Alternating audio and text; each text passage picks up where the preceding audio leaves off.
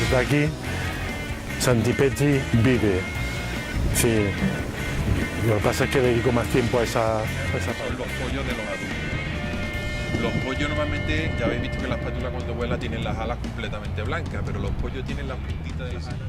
Y esto del club del perro de agua, ¿cómo surgió y cuál es su fin? Pues surge por... Ay, qué bonito. ¿Y cómo se porta en casa? Cuéntanos, ¿cómo te llamas para empezar? María. María, ¿cómo se llama tu amigo? Loba. Ah, entonces es una amiga. Una amiga. ¿Y de dónde ha salido Loba? Me la encontré en unas marismas abandonadas. Ay, la pobre. ¿Y cuánto tiempo lleva contigo? Pues 2 ¡Qué años. susto! Ay, qué bonito. ¿Y cómo se porta en casa? Ah, muy bien, muy tranquila, muy juguetona cuando tiene que jugar y todo el día se lleva durmiendo. Sí, y suele hacer mucho deporte ella. Sí, Es atlética. conmigo. Oye, ¿y el tema de los pipí, las cacas y eso cómo lo llevamos? Yo muy Tiene bien. pinta de ser responsable. Sí, muy Eres bien. de las que recoge tus cositas. Eso.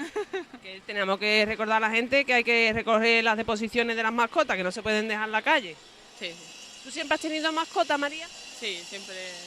¿Y siempre perro? No, de muchos tipos. Tengo peces, tengo tortugas. ¿Ahora también en la actualidad? A ver, hazme un recuento. Tiene a loba y a cómo. Tengo 2 acuarios, 15 tortugas también adoptadas y gatos, de todo. Tengo un montón. Vale, ahora te pregunto que si te gustan las mascotas, evidentemente me vas a decir que sí. ¿Y cómo te las apañas para cuidar a tantos animales? Dedicándole tiempo. Siempre le saco un ratito, todos los días, ¿Y cómo se lleva ella con el resto de mascotas de la casa? estupendamente. ¿Y con las macetas? Al principio cuando era pequeña no muy bien, pero ya mejor. Pues María, muchas gracias por atendernos y gracias también por acoger a Lola en casa. A Loba. A lo va. Nada, hasta luego.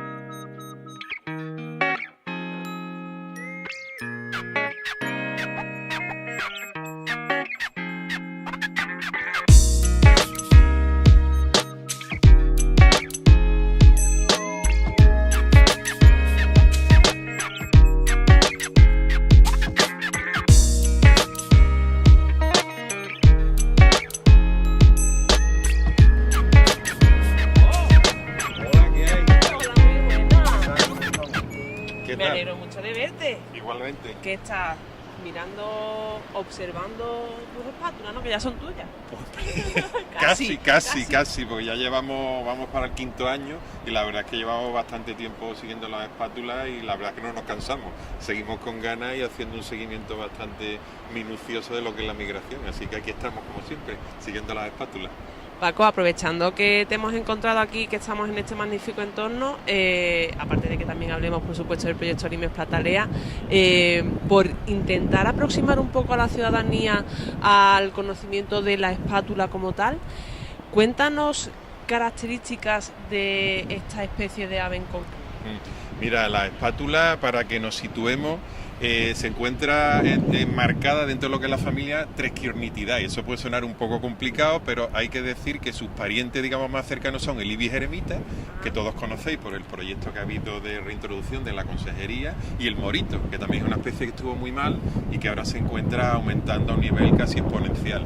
O sea que esos son, digamos, sus parientes en lo que es este grupo. Además, aquí nosotros solemos decir a este corredor migratorio la avenida Treschirnitidae, porque por aquí es posible ver los moritos también migrando y también los ibis eremitas nos visitan en la torre de vez en cuando, hacen sus incursiones al mar, retornan y se van aquí a los campos de Gol a comer, o sea que los tenemos habitualmente en la zona. Ese sería un poco el enmarcamiento, por decirlo de una manera, de esta familia. Y sus características en cuanto a morfología, en cuanto a su hábitat, por ejemplo, ¿cómo se dice? Sus hábitos alimenticios. Cuéntanos un poco más por conocerla. La espátula le viene el nombre de ese pico en forma redondeada, en forma como de cuchara. De hecho, la traducción al inglés sería spoonbill, que tiene ese pico en forma como de cuchara. Eso le permite cribar, digamos, en zonas como por ejemplo aquí las salinas y los esteros, pues criba el agua, o en zonas bajas las pozas intermareales, buscando sobre todo camarones, pequeños pececitos e invertebrados de todo tipo, ¿no? Ese sería un poco su hábitat, digamos, a la hora de alimentarse. Después tenemos, por suerte, un hábitat también muy propicio para la cría. De hecho, aquí en la bahía de Cádiz tenemos varios emplazamientos donde la especie se reproduce, y lo hace normalmente en sitios o abandonados, que tienen poco uso y están tranquilos respecto a lo que es la perturbación del hombre. Pero por suerte tenemos varias colonias en la bahía de Cádiz y es una especie que se reproduce habitualmente. Va a depender obviamente de los años buenos de lluvia, que la colonia tenga más o menos éxito. Y mucha gente nos pregunta, bueno, ¿y eso por qué? Si viven en un sitio donde hay agua, que es la bahía de Cádiz. Pues porque los pollos necesitan agua dulce. Entonces, los adultos van a puntos donde haya agua dulce, cogen agua y se la llevan a los pollos. Todavía no tienen desarrollado lo que es la glándula nasal, digamos, los pollos, y no son capaces, digamos, de tomar agua salada, por decir de una manera. Entonces los padres van a depender siempre de que haya en el entorno cercano agua dulce. ¿Hay alguna diferencia entre los machos y las hembras de espátula? Pues visualmente o aparentemente no. Cuando los tenemos y los podemos coger para anillar, hay una diferencia en el grosor y demás, en la pata, y que algunas cosas que biométricamente te lo pueden indicar, pero aparentemente no hay una diferencia, no hay lo que sea un dimorfismo sexual. O sea, tú lo ves, bueno, en tamaño algunas veces, pero es complicado, no hay un dimorfismo sexual claro, ¿no? Como puede ser, por ejemplo, los patos, que tú ves perfectamente cuál es el macho y la hembra. En este caso no. Lo que sí podemos diferenciar son los pollos de los adultos. Los pollos normalmente, ya habéis visto que la espátula cuando vuela tienen las alas completamente blancas, pero los pollos tienen las puntitas de las alas de color negro. Y eso es un indicativo, por eso cuando pasan por aquí por la torre nosotros siempre estamos muy pendientes y contamos lo que son pollos y lo que son los adultos, porque de hecho nos interesa mucho conocer cómo esos pollos que han nacido aquí en la bahía de Cádiz, nosotros hemos marcado, les pintamos algunas plumas de color rojo, cómo pasan por aquí, en qué fecha y de qué manera. Entonces, independientemente de que estén pintados o no, siempre contamos los pollos. Y lo podemos saber precisamente porque las puntas de las alas las tienen de color negro. Cuando ya son adultos pierden esas puntitas y son completamente blancas. ¿Y cuál es el puesto de la espátula en la cadena alimenticia relacionada con su entorno? Pues mira, ahora mismo estas especies lo que hacen es alimentarse, como he dicho antes, de esos invertebrados, digamos, ¿no? Y no tienen... Se puede decir que su dieta no es precisamente vegetariana, sino que hay una dieta basada en esos invertebrados, pececillos, crustáceos y demás de los que se alimentan. También hay que comentar que no tiene unos depredadores que podamos decir, como en otras especies que pueden estar siempre pendientes de esa depredación. En este caso sí pueden predar gaviotas y otras especies sobre los pollos, los pollitos, ¿no? Perros asilvestrados y cosas así, pero en cualquier caso no tienen una mayor amenaza que esa, o sea que en ese sentido escapan bien, digamos, ¿no? Aquí tienen un buen hábitat en el que pueden reproducirse sin mayores problemas. Y en cuanto a su estado de conservación actual, Paco, porque en su día la verdad que fue una especie que estuvo bastante amenazada, ¿se ha recuperado? La especie, desde aquellos años en que llegó a haber unas 200 pares, estuvo bastante mal, ha tenido una recuperación. También hay que decir que gracias a los programas de conservación que se han puesto en marcha y que a la especie se la protegió y se la manejó adecuadamente. Ha ido aumentando paulatinamente, aunque ha tenido sus altibajos. Ya digo que son muy dependientes de los años meteorológicos. Y si establecemos y vemos una tendencia, pues la verdad es que ha ido aumentando año tras año. Pero si analizamos la última década, como ha habido años malos de lluvia, la especie no se encuentra muy boyante. O sea, tiene sus altibajos. Por eso nunca hay que bajar la guardia, hay que estar pendiente, y por eso nosotros aquí también, gracias a este seguimiento, podemos evaluar, digamos, el total de la población y ver si sube o si baja. Pero ya digo que ahora mismo el estatus no es un estatus de amenaza. De hecho, a nivel nacional y andaluz se considera una especie catalogada, según la legislación actual, como de interés especial. Según los libros rojos, tanto el andaluz como el nacional, sería una especie vulnerable a la extinción. Pero ya digo, ahora mismo, incluso a nivel de la Unión Internacional para la Conservación de la Naturaleza, no es una especie que se considere amenazada. Pero ya digo, las continuas reuniones que hay nos dicen que hay que estar en guardia porque últimamente, debido a estos años malos que hemos tenido de meteorología, la especie puede disminuir y hay que estar atentos. Los libros rojos, para que lo entiendan los espectadores y las espectadoras que nos vean, son como libros en los que aparecen especies especialmente amenazadas, ¿no? Que son redactados por diferentes sociedades, especialistas y administraciones. Sí, lo que se hace, el grupo que tenemos de especies, por ejemplo de aves, pues se reunieron, estuve por suerte presente en esta historia, especialistas durante varios días, trabajando con borradores, con todo lo que se conocía de cada especie, y se evalúa según los criterios de la Unión Internacional para la Conservación de la Naturaleza, que son unos criterios objetivos que, dependiendo de los datos que tú manejes, te permiten clasificar una especie pues en peligro de extinción, o más amenazada o menos más amenazada. Y en base a eso pues se establecen esas listas, que después, a raíz de esas listas, la legislación, que ya es la ley, digamos, lo que nos manda, escoge una serie de especies que decide priorizar, y bajo la ley, digamos, en nuestro caso, por ejemplo, la ley 8/2003 de Andalucía y demás, pues se decide que estas especies hay que protegerlas, ¿no? Incluso hay que pasar y elaborar planes de conservación y de gestión de esas especies.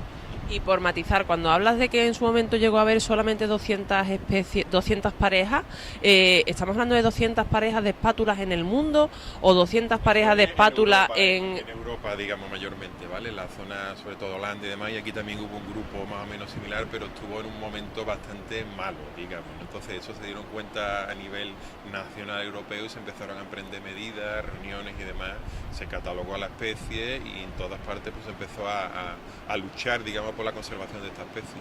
La verdad que ha surtido efecto. ¿Podemos encontrar espátulas en los dos hemisferios? Mira, la espátula partes. es una especie que se encuentra presente en todos los continentes, excepto en la Antártida.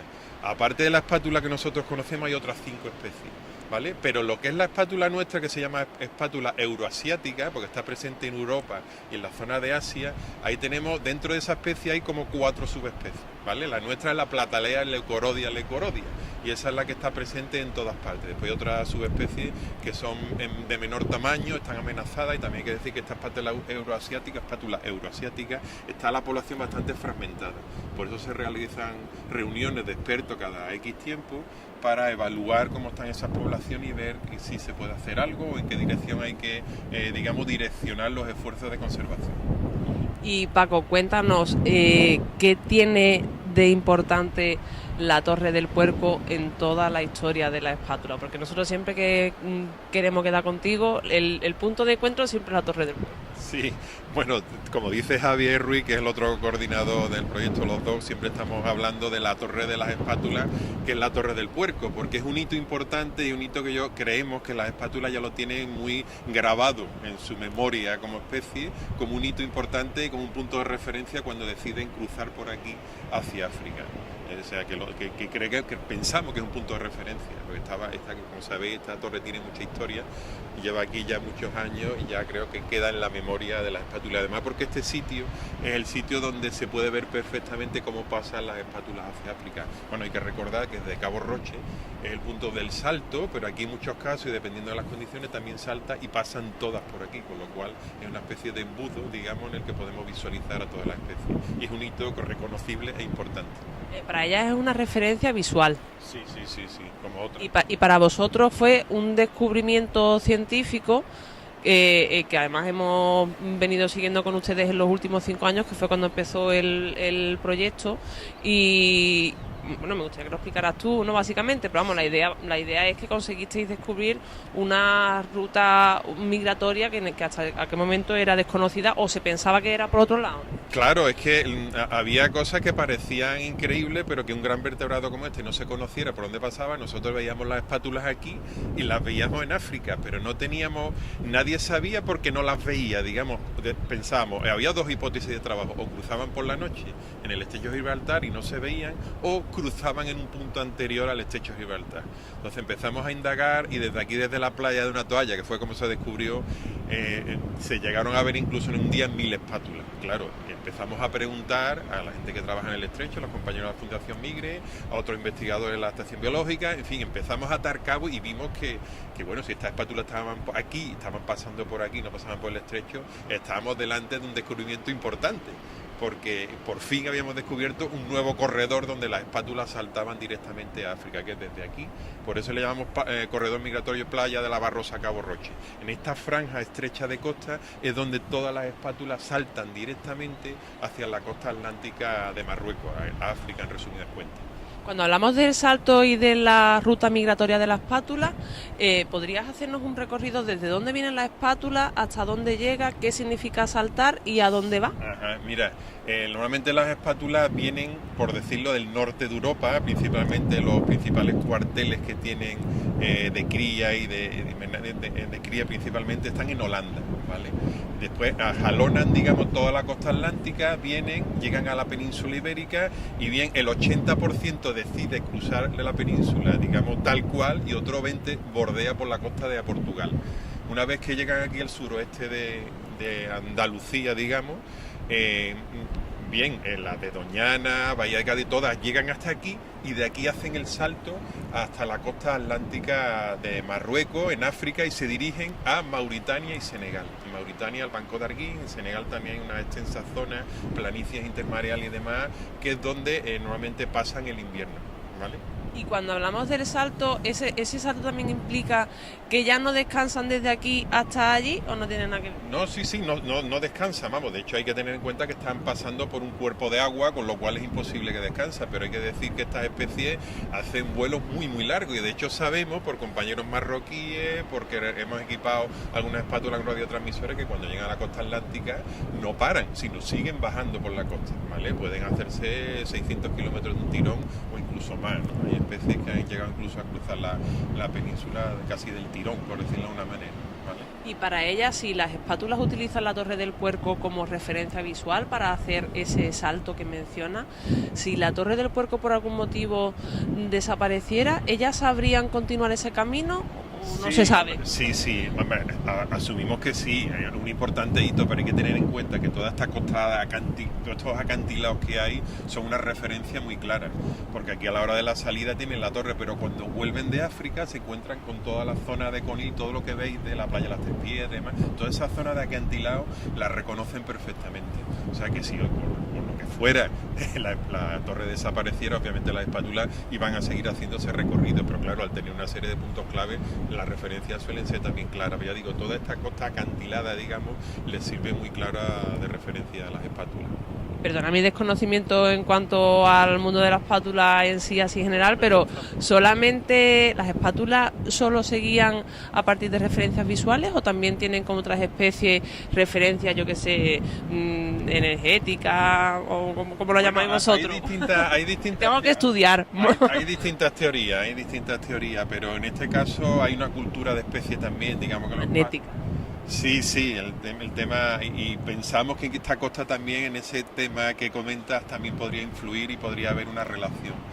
Pero de momento, y por lo que sabemos, lo más fácil, lo más intuitivo y lo más directo es la referencia visual, y hay una cultura de especie. Los padres normalmente enseñan a los pollos, a los hijos, digamos, el camino a seguir.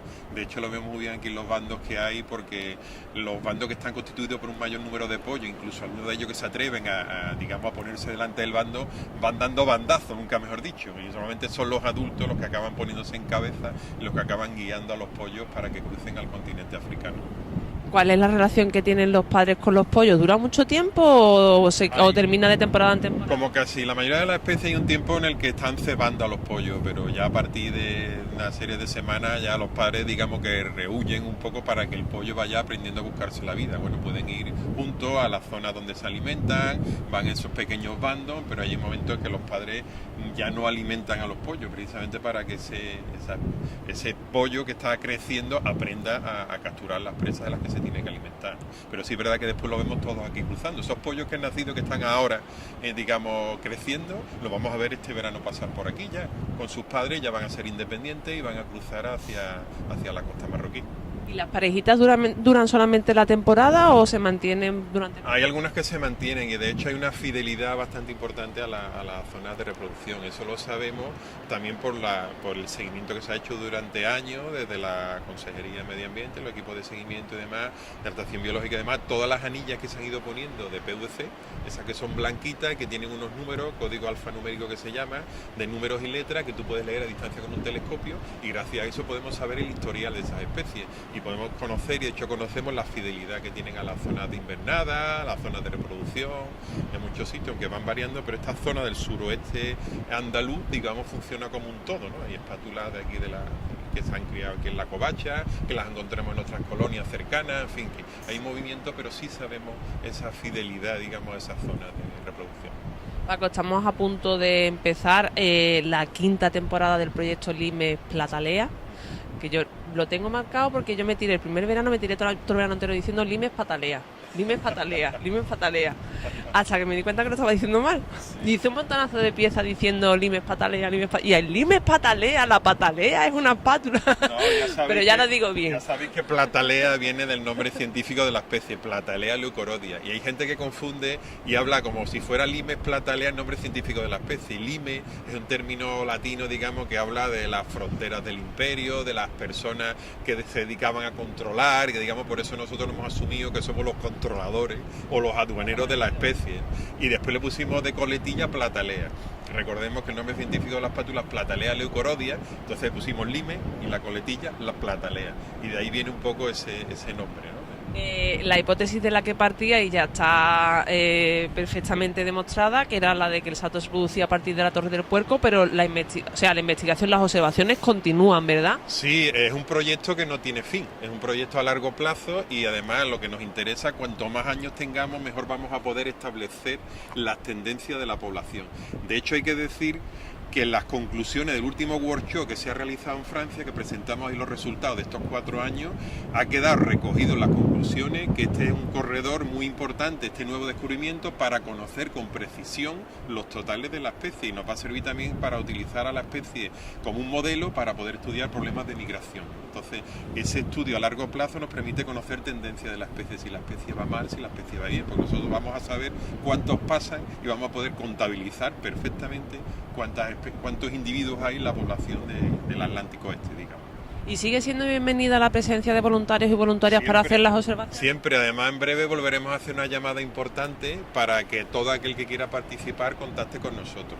Es muy sencillo porque poniendo simplemente en Google Limes Platalea va a aparecer el blog y ahí hay un teléfono y un correo electrónico y ahí pueden perfectamente contactar con nosotros. Además que incluso en la Torre del Puerco habréis visto que tenemos ya una cartelería que gracias al Ayuntamiento de Chiclana, también gracias al Ayuntamiento de Conil, hay una cartelería en la que te indica la forma de contactar y el correo electrónico. O sea, es muy sencillo, es limes.platalea@gmail.com. O sea, es muy sencillo. Paco, ¿me va a dejar mirar por la mirilla?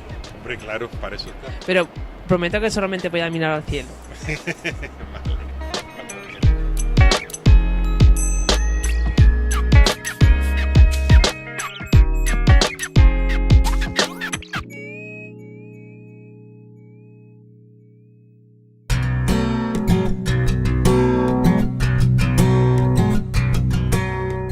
Se dan, como tenemos tantos pinares, ¿de acuerdo? Pues claro, tú imagínate cuando alguien se compra una parcela para construir, ¿eh? Y en esa parcela hay pino, eso conlleva que tiene que pedir una serie de permisos. Eso en Chiclana Natural son los que te dicen, bueno, pues cuánto se puede talar, cómo se puede talar y de qué forma. Pero claro, la gente muchas veces no lo hacen y lo que hacen es talar de forma indiscriminada como le da la gana. Entonces sí nos hemos encontrado en más de una ocasión con talas de pino, ¿vale? Sin contar con la autorización pertinente.